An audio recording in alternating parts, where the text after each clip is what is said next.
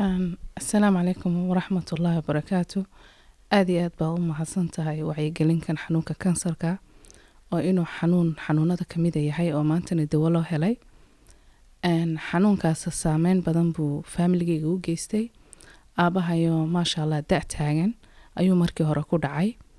runtii magaca kansar markaa maqashid aan experience u lahayn, magaca ku dila xanuunku kuma dilo. magaca markuu aaba ku dhacay aad baan u safar gareeyay markuu inantayda ku dhacay. aaba waan is siiyey dhakhaatiirtu waxay yiraahdeen waa la daweyn karaa, laakiin sidoo aaba sheegay cimri buu taagan yahay, dawooyinka ma qaadan karo, suuxitaankana ma qaadan karo. waa very difficult operation.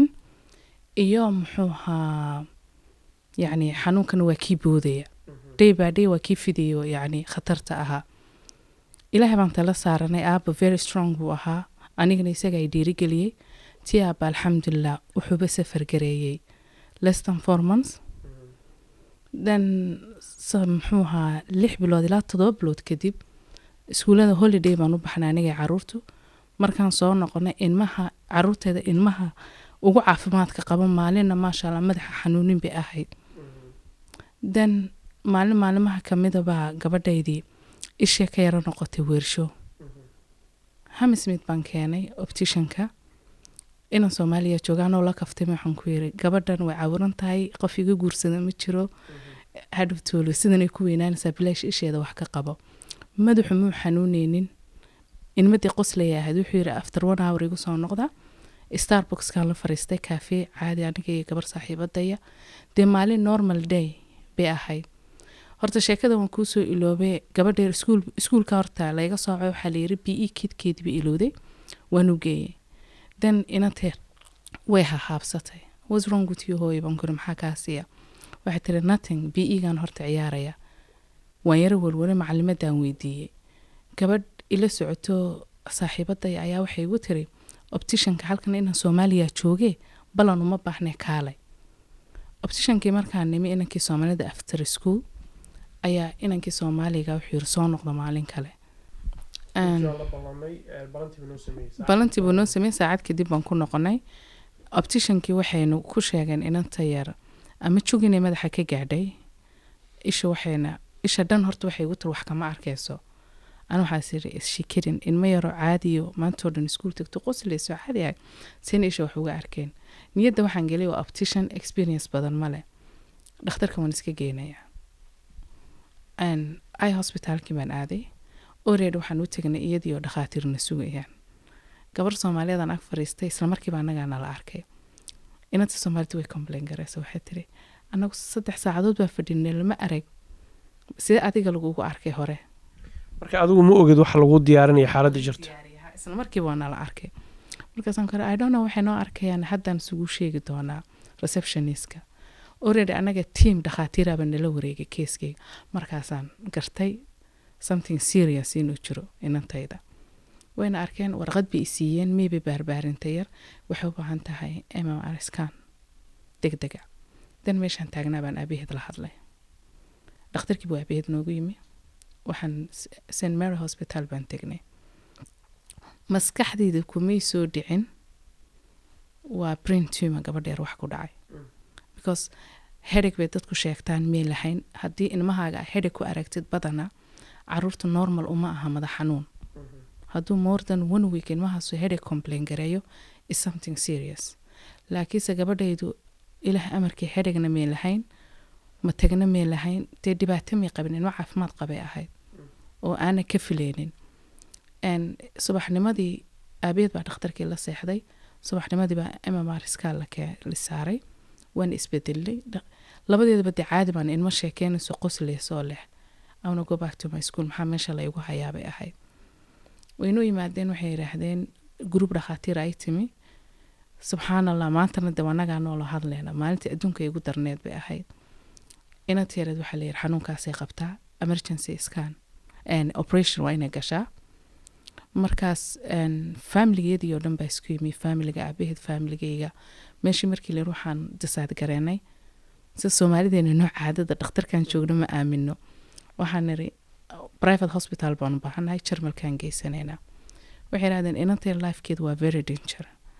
dhakhtar kalena ma aadi safe time bay ku jirtaan mana qaadan kartiin haddaad rabtiin biopsiga private geysta laakiinse ina waddan kale la geeyo ma ogolaanayna dhakhtarka gabadhiina qalaya he's already in America and within 24 hours because of your daughter buu soo noqonaya waan kacay 2 ragcadood baan tukaday ilaahay baan tala saartay inaad baan ku soo noqday ishii labaad bay visionkii loos garaysa aragtidii bay loos garaysa markii sidii u dhacday decision baan gaaray waxaan niri aniga family-gi operationka ha gasho iyagu anyway nalmeeba tashanaynin dhakhtarkii baa imi isagoo online ku dawooyinkeeda ku diyaarinaya waxaana weeyaan ka inateeda ku dhacay very rare dad badan kuma dhaco alxamdulillah way ka gaareen biopsigii markay ka qaadeen way akideen waxay yiraahdeen waxaan shay ka baqaynay buu noqday waa baniini kala dhaho kaasuna waa kafida waxay u baahan tahay chemotherapy iyo radiotherapy waxay garay Ormond Hospital markii hore operationka waxay yiraahdeen waan soo wada jareena way nagu soo noqdeen waxay yiraahdeen ma jari karno waa in yar baa jarnay laakiinse waxa cure ah ay ku dawoobaysaa chemo iyo radio sadaqad baan ka bixiyay ilaahay markasta ilaahay baan tala saaranay niyada la iska madilo haddaa hob leedahay ilaahay ilmahan isaga shalay siiyay isagaana qaadi kara qadarta dhacday baan aaminay ilaahay baan tala saartay sadaqaduna dawad been celin sadaqa badan baan ka bixiyay ilaahay baan tala saartay quraan badan baan saaray alxamdulillah kiimadii ugu horeysay gabadheeda lagu shubay aragtidii baa ku soo noqotay ilaa alxamdulillah rabbil caalamiin gabadheedu kiimadii may safar gareen radiotherapy-giina may safar gareen of course ma tag bay leedahay timaha ka daadanaya laakiinse ilaahay sidaan u arkay caruuraha Great Ormond Hospital ku jira de safar alot ayada alxamdulillah rabbil caalamiin waan ka gaarnay marka waalidiinta waxaan farayaa haddii xanuunkan ama qof yar xanuunka ma leh hadduu kula soo gudboonaado ilaahay marka hore tala saaro strong noqon niyadda ha iska dilin qofka bini'aadanku wuxuu ka nooleeyahay waa niyadda markii daawooyinkii iyo dhakhaatiirtii aad la kulanteen oo qalliinkii lagu sameeyey iminka ilwaad waa meeqa laga joogay qalliinkeedii xaaladeedu waa sidee ma gurigay joogtaa mise iskuul bay dhigataa gabadheeda alxamdulillah rabbil caalamiin aragtidii way u soo noqotay chemo iyo radiotherapy way dhamaysatay hadda iskuulkay ku noqotay nolosheeda waa caadi alxamdulillah rabbil caalamiin ilaahay baa taa ugu mahad celinaya fasalka 7 ama year 7 inay ku jirto ayaan ka warhayaa waxbarashadeeda ka war maasha Allah waa ilmo markii horeba talent u dhalatay ahayd waxbarashadeeda way wadataa ilmaha xitaa ina moral ahaan niyadda u dhistid aan noloshiisa wadid uu iskuul tago wax kasta ku gudboonaada aad buu fiican tahay hadaa qofkii ula dhaqantid inuu xanuunsanayo de qofka bilaadanka niyadu ka nool yahay waa inaan nolosha caadi ilmihii uga dhigtaa aan ilmihii dareysin inuu totally different ilmihii kale ka yahay marka hadda ilwaad alxamdulillah rabbil caalamiin daawada iyo dhakhaatiirta iyo kalsoonida ilaahay ku qabtid marka laga soo tago ugu dambeyntii misladahay ducada aabaha oo aad markuu xanuunsaday iyo koorba aad garab taagnayd laftigeeda waalidkood ka ducaysatay qayb weyn bay ka ahayd ها والله دعاء والدك waa very important labada waalid bayna ka ducaysatid caruurtaada ehelkooda ina ka ducaysatid awowgeedo Soomaaliya jooga aabihii dhalay ehelkooda meel kasto adduunka la jooga Soomaali Maxamed ba horta runtii uu ducaysay waxaana aan ilaahay u bariyaa dadka masaakiinta wadankeena jooga markasta runtii aan waa mahadsantahay su'aasha ay weydiisay waxaan ilaahay ugu mahad celinaya maanta hadaan joogi lahaa wadankii يعني دودنا maanta chance ma haygu heshay ma hesheen wadamada carabta hadaan maanta joogi lahaa dawadu lacag bay noqon lahayd noloshu inagoo haysana dhakhtar fiican iyo dawo ayaan waxaan raahnaa dhakhtarka nama daweynayo wadankaasaan tagana private baa la bixina meesha joogtiin horta ina tala saaratido ilaahay isku xidhido isku daweysid way fiican tahay laakiin markasta waxa xasuusataa dadka kaaliito maanta chance wadankeena waa wadan dhibaataysan iblaadawada xanuunkan maanta waxaan qabaa walaa aabo walaa inantaydu kama survive garoobeen hadii wadankii maanta joogi lahaayeen laakiin alxamdulillah ilaahayna iyaga ha u gargaaro ugu dambeyntii waalidiinta ayaga laftigooda laga yaabo inay caruur ama qof xanuunkan la nool ay haystaan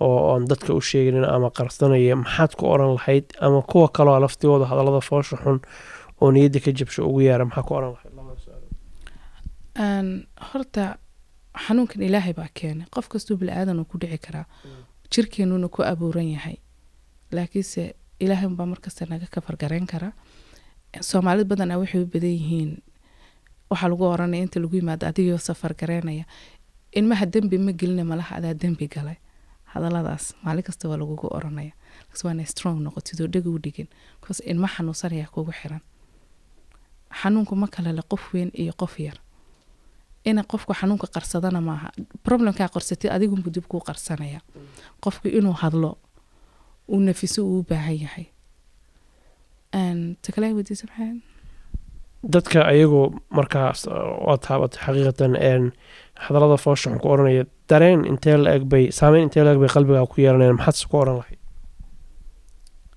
wallahi markay hadalada marka horta jilicsan tahay wax kasta oo jilicsan tahay inta dadkeena ku iman lahaayeen ee moral support ku siin lahaa bay markasta waxay ka sheekayaan badana waxyaalo negative waxa lagu oranayaa yani daliilka xadiiska sheegaya qofkan dhibaato galay dhibaatadaas ay ilmihiisa xanuunka looga jaray ma jirto ilaahay sabarkaaga bilcag sabarkaaga ku eegaya ilaahay qofku jecel yahay buu adduunka ku itaxaama oo lagu tusaya yani adduunka laakiin waa ina alxamdulillah noloshii dib aad tira dhibaato kasta kula soo gudboonaata dadkeena dhaqan waxay u leeyihiin dambiga gashay maxay tahay dib iskugu noqo ilmaha dambi muu gelina bila adiga wax laga jaraya adu qof jilicsan baad waxa oran sawaaro tolo ma xad dambi sameeyay adiga dib homework kugu dirayaan maskaxiyan intay ku daweyn lahaayeen iyo maxaa ku warwar baa ku dilaya markasta as leedahay what I have done wrong hadalada caynkaas in dadkeena qofka dhibaataysan ee ka ilaaliyaan man jeclaan lahaa ee jaahilnimada badan iska daayaan oo wax akhriyaan tu cilmiga haday noqoto cilmigii kalaba idil xudaybi aad iyo aad baan kugu mahadcelinayaa waan ku faraxsanahay aabba inuu caafimaad qabo caawa sheekeynayo gabadhaada yar ay ka booday iskuul dhigatay waxayna daliil u tahay haddii ilaahay la tala saarto waalidkana laga ducaysto dhakhaatiirta iyo daawadana la aado inay ummaddu maaragtay guuleysan karto ku mahadcelinaa thank you